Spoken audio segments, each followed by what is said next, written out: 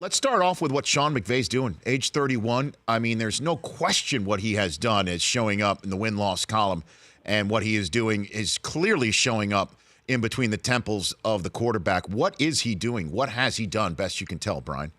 Well, he's tapped into the talent that he has, which sounds awful simplistic, but I was just on Monday putting together my bits for the playbook show that we do on Wednesday, and was really going through and looking at the Rams offense, watching the progression of Jared Goff, and it has been a progression, and expected to see that from just nothing but play action and formations and setting up wide open throws. It's now where Goff is making the 5 and 7 step drop, step up in the pocket, progression reads. But when you look at the talent around him, this is going to be a group worth watching. Not only Gurley's running well, plus being good out of the backfield, that's a whole other dimension that's helping Goff.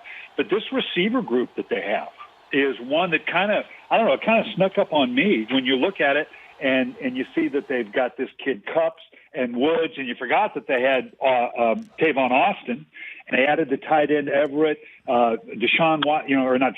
Watkins from Buffalo. This is an interesting receiving group to go with a Gurley in the backfield, a big offensive line, and 5 first-round draft choices in their front 7 defensively. So the Rams, the Rams are for real. The Rams are for real. Yeah, I agree with you, Brian. And all those names that you mentioned are all new additions from Sean McVay. You mentioned Whitworth, right, on the offensive line. He was a free agent acquisition that Cincinnati, when we were there in week 2 for Thursday Night Football, everyone was lamenting the fact that the Bengals let him walk. Then Watkins, Woods, Kupp, Everett, those are all players with McVay added in this offseason, and it has worked. I agree with you.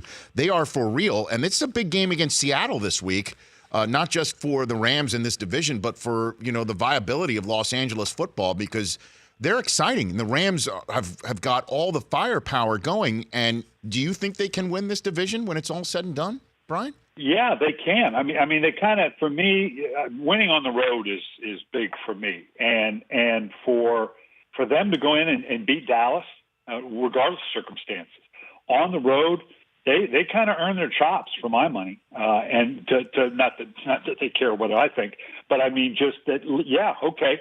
This is you can't ignore the fact that this team has come together, and to have a big road win like that, and then now obviously, and they played Seattle well at home, even when they were struggling. So this is going to be, to me, the challenge is obviously Seattle, because this is probably the best complete Ram team that Seattle has seen for a while.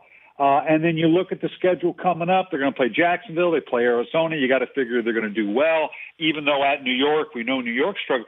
So, momentum's big. And the momentum that they're getting, of the right now at the quarter mark, so whatever that's worth, if you had to put a nickel on which division leader is going to hold on to it, I'd bet on the Rams. The Rich Eisen Show, weekdays at noon Eastern on radio stations across the country and audience. If you like that video, be sure to download our app, and I'll be sure to help the NFL figure out what a catch is.